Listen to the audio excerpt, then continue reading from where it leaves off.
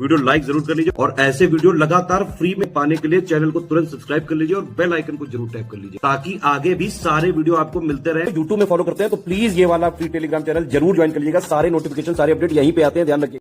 नमस्कार दोस्तों, ancient history के एक और लेक्चर में आपका स्वागत है। हम लोग शानदार देखिए बढ़ते हुए आज 14वीं क्लास में पहुंच चुके हैं और एंशिएंट हिस्ट्री लगभग खत्म होने वाली है। आज संगम काल पढ़ लेंगे और संगम काल ऐसा युग है, मतलब ऐसा चैप्टर है जिसको लोग छोड़ देते हैं और इससे अमूमन कई बार सवाल बहुत आने लग गए। अब आप देखेंगे पीछे हज़ारों में काफ़ी सवाल पूछता है। इवन संगम के जो वो होते हैं साहित्य हैं, संगम का प्रशासन बहुत पूछा जाता है, चोला चेरा पांड्यास के बारे में बहुत पूछा जाता है।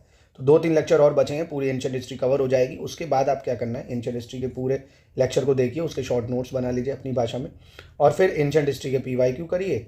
उसके बाद जो SCS देता है आपको सेक्शन वाइज, यानी एंशिएंट हिस्ट्री के हम लोग लेटेस्ट एंड पैटर्न के जो और महत्वपूर्ण सवाल हो सकते हैं वो देंगे आपको, जिससे आपकी संपूर्ण प्रिपरेशन एंशिएंट हिस्ट्री की हो जाएगी। तो चलिए इसको शुरू करते हैं। और ये शानदार आप पूरा study material Gyan sir education app से या study for civil services app से ले सकते हैं। इन नंबरों पर कॉन्टैक्ट करके पूरा स्टडी मटेरियल, करंट अफेयर्स सब कुछ मिल जाएगा आपको। जैसे संगम युग की बात करें, संगम का मतलब ही क्या है? संगम का मतलब होता है जो तमिल में कवियों का संघ है उसको बोलते हैं संगम। पहला पॉइंट आपसे इंटरव्यू में भी अगर पूछ ले पीछे के संगम होता क्या है तो आप बता सकते हो कि तमिल में जो कवियों का ग्रुप होता था, संघ होता था, उसको बोलते थे संगम। एक इरियनार अगपोलूर, क्या है? इरियनार अगपोलूर, इसके भाष्य में 3 संगमों का उल्लेख मिलता है। ठीक है, इरियनार अगपोलूर के भाष्य में 3 संगमों का उल्लेख मिलता है हमको। और संगम शब्द का पूछेगा सर्वप्रथम प्रयोग किसने करा था, तो नयनार अप्पार ने किया था। ठीक है, ये पॉइंट आप नोट करिए कि संगम शब्द का सबसे पहले प्रयोग करा है नयनार अप्पार ने। संगम होता है तमिल कवियों का संघ होता है। ठीक है, और कुल 3 संगमों का आयोजन जो है वो पांड्य राज्य में हुआ है। ठीक है, तो 3 संगमों का आयोजन किसके राज्य में हुआ? पांड्यास के राज्यों में हुआ है। और वहीं अशोक के पूछता है कौन से शिलालेख में तमिल देशों के राज्यों का वर्णन है, तो अशोक के दूसरे शिलालेख में। तो इसको जरूर याद रखना। ठीक है, अशोक के दूसरे शिलालेख में जो है पांड्या राज्यों, जो तमिल राज्य उनका वर्णन हुआ है। और खारवेल के हाथी गुम्फा अभिलेख में भी तमिल देश के राज्यों का उल्लेख मिलता है हमको।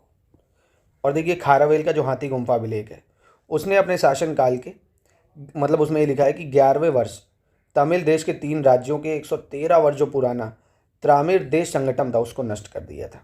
और पांड्य देश का जो उल्लेख है वो मेगास्थनीज ने भी अपनी इंडिका में करा है। ठीक है, ये भी आपको याद रखना है कि मेगास्थनीज ने पूछेगा इंडिका में पांड्य राज्यों का उल्लेख करा है तो करा है। और कात्यायन की जो वार्तिक है उसमें चोल, पांड्य और केरल राज्यों का भी उल्लेख मिलता है। ठीक है, अब देखिए संगम होता है कि अभी बताया आपको, कवियों का ग्रुप होता था और संगम जो था तमिल कवियों का एक सम्मेलन कराते थे ये लोग, जो मुख्यतः कोई राजा ही कराता होगा भाई, है ना। 8वीं सदी ईस्वी में 3 संगमों का वर्णन मिलता है। पांड्य राजाओं द्वारा इन संगमों को शाही संरक्षण दिया जाता था। भाई जितने भी तमिल के कवि लोग होंगे उनका एक सम्मेलन कराते थे, जैसे देखा आपने काशी तमिल समागम लगा, ऐसे ही। ठीक है, ये साहित्यिक रचनाएं जो थे द्रविड़ साहित्य की शुरुआती नमूने थे एक तरह से। इसके बाद देखिए आपको ये याद करना है कि 3 संगम हुए हैं, जिनमें से पहला संगम पूछेगा कहाँ हुआ, जैसे बौद्ध संगीतियाँ 3-3 ऐसे 3 संगम हुए हैं। तो पहला हुआ है थन मदुरई, कहाँ? थेन मदुरई। अध्यक्ष थे अगस्त्य। कौन थे अध्यक्ष? अगस्त्य। ये वर्तमान में इनकी रचनाओं के देखिए साक्ष्य उपलब्ध नहीं। दूसरा संगम कपटापुरम में हुआ था। ठीक है, पहला थेन मदुरई, दूसरा कपटापुरम। इसके अध्यक्ष कौन थे भाई? अगस्त्य का शिष्य था अगस्त्य तोलकाप्पियार। ठीक है, नाम थोड़े टफ हैं, आपको 2-3 बार इसको बार रटना पड़ेगा। पहला अगस्त्य था, दूसरा अगस्त्य का ही शिष्य तोलकप्पियार था। ठीक है, इसके द्वारा लिखित है तोलकप्पियम। ठीक है, इसके साक्ष्य हैं। तीसरा मदुरई में हुआ है। और नक्कीरार, कौन? नक्कीरार इसका अध्यक्ष था। ठीक है, यह मौजूदा संगम साहित्य के संपूर्ण संग्रह का निर्माण है। तो ये आपको याद रखना, पहला थन मदुरई, दूसरा कपटापुरम, तीसरा मदुरई, अगस्त, तोलकप्पीर और नक्कीरार। अब संगम काल का विवरण हमें और किन्हीं स्रोतों से मिलता है, जैसे मेगास्थनीज या इसकी इंडिका से भी मिलता है, स्ट्रैबो के द्वारा जो लिखा गया उससे भी मिलता है, प्लीनी द्वारा मिलता है, टैलमी द्वारा मिलता है। ये यूनानी लेखकों ने पश्चिम और दक्षिण भारत के बीच वाणिज्यिक व्यापार संपर्कों के बारे में उल्लेख किया है। और अशोक के अभिलेखों में भी चोल, पांड्य और चेर के बारे में बताया गया है। संगम युग के दौरान दक्षिण भारत पर 3 राजवंशों, संगम युग के दौरान जो दक्षिण भारत है उन पर 3 राजवंशों का जो है शासन था, चोर, चेला, पांड्या, मतलब चेल, चोर, पांड्या। और इन राज्यों के बारे में जानकारी हमें संगम काल के साहित्य से ही मिलती। तो सबसे पहले चेरास की बात कर लेते हैं, चलिए। तो देखिए सबसे पहला जो चेर शासक था वो उदयनजेरल था। कौन था? उदयनजेरल। इसने कौन सी उपाधि ली थी? महाभोज उदयनजेरल। ठीक है, महाभोज उदयनजेरल की उपाधि इसने ली थी। आप ये मैप देखिए, है ना, ये जो चेर साम्राज्य है ये मेनली कहाँ था? देखिए केरल की तरफ, ये केरल जो है ना, यहाँ पे चेर साम्राज्य था। पांड्य साम्राज्य आप देख सकते हो इधर तमिलनाडु साइड, चोलाज इधर आंध्र प्रदेश, इधर सब चोलास वगैरह थे, ठीक है। तो चेरों ने आधुनिक राज्य केरल और जो है तमिलनाडु का कोंगू क्षेत्र, थोड़ा सा केरल और थोड़ा सा तमिलनाडु इसमें थी। इसकी राजधानी जरूर याद रखना वांजी, ठीक है। इसकी राजधानी क्या थी? वांजी। तथा पश्चिमी तट मुसीरी और टोंडी के बंदरगाह जो थे वो इसके नियंत्रण में थे। कौन? मुसीरी टोंडी बंदरगाह चेर के अंडर में थे। राजधानी थी वांजी। और जो चेरों का प्रतीक है दोस्तों वो है धनुष बाण, ये भी याद रखना है। क्या है? धनुष बाण, ठीक है। और जो पुगलूर शिलालेख है, पुगलूर शिलालेख, उससे हमें चेर शासकों की 3 पीढ़ियों की जानकारी मिलती है, ठीक है। इस महत्वपूर्ण जानकारी अब नोट करते जाइए साथ में। पुगलूर शिलालेख से मिलती है चेरों की 3 पीढ़ियों की जानकारी, ठीक है। चेर राजा जो थे वो रोमन साम्राज्य से व्यापार भी करते थे भाई। और ये कहा जाता है कि उन्होंने जो रोमन साम्राज्य का राजा था ऑगस्टस, उसका एक मंदिर भी बनवाया था ऑगस्टस का। और चेरों का सबसे महान राजा जो था वो कौन था? सेंगुट्टुवन या सेंगुट्टुवन, ठीक है। उसे कहा जाता था सेंगुट्टुवन, जिन्हें लाल या अच्छे चेर भी कहा जाता था, सेंगुट्टुवन। और सेंगुट्टुवन ने ही अपने राज्य में पत्नियों की पूजा प्रारंभ कर दी भैया। बीवियों से हो सकता है भाई बहुत ज़्यादा ये उनको खुश करना चाहता होगा, है ना। तो उसके लिए पूजा प्रारंभ करी थी पत्नियों की इसने। इसे कड़गी पूजा भी कहा गया है। और वह दक्षिण भारत से चीन में दूध भेजने वाला पहला व्यक्ति था। दक्षिण भारत से चीन में दूध भेजने वाला पहला व्यक्ति कौन था भाई? सेंगुट्टुवन चेर राजा था। और उदयनजीरल चेर वंश से संबंधित था, उदयनजीरल। तो ये चेर के बारे में, ठीक है। प्रथम चेर शासक याद रखना। और उसकी उपाधि, राजधानी, कहाँ इनका साम्राज्य था, और दक्षिण भारत में चीन दूध भेजने वाला सेंगुट्टुवन, ये सब, ठीक है। अब चोल की बात करें तो ये पेन्नार और वेल्लार नदियों के बीच में था, तमिलनाडु में, जैसा अभी मैंने आपको दिखाया। चोलों ने तमिलनाडु के मध्य और उत्तरी भागों को नियंत्रित किया था। उनके शासन का जो मुख्य क्षेत्र था कावेरी डेल्टा था, जिसे बाद में चोल मंडलम के नाम से जाना गया। तो चोल मंडलम क्या था? कावेरी डेल्टा क्षेत्र तमिलनाडु में। इनकी राजधानी क्या थी? उरैयोर। उरैयोर कहाँ है? तिरुचिरापल्ली के पास, ठीक है, उरैयोर।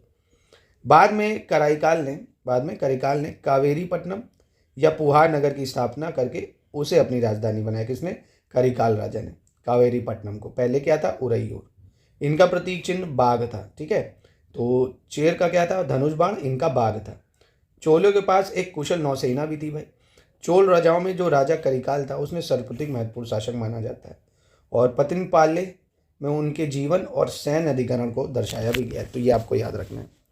और वही विभिन्न संगम साहित्य की कविताओं में वेणी के युद्ध का उल्लेख भी मिलता है हमें। राजधानियाँ जरूर याद रखना और चिन्ह, ये मैचिंग में पूछ लेगा चोल चेर पांड्यास की। अब इसमें ये उल्लेख मिलता है कि करिकाल ने पांडे और चेर सहित 11 राजाओं को हराया था। और करिकाल की सैन्य उपलब्धियों ने उन्हें पूरे तमिल क्षेत्र का अधिपति भी बना दिया।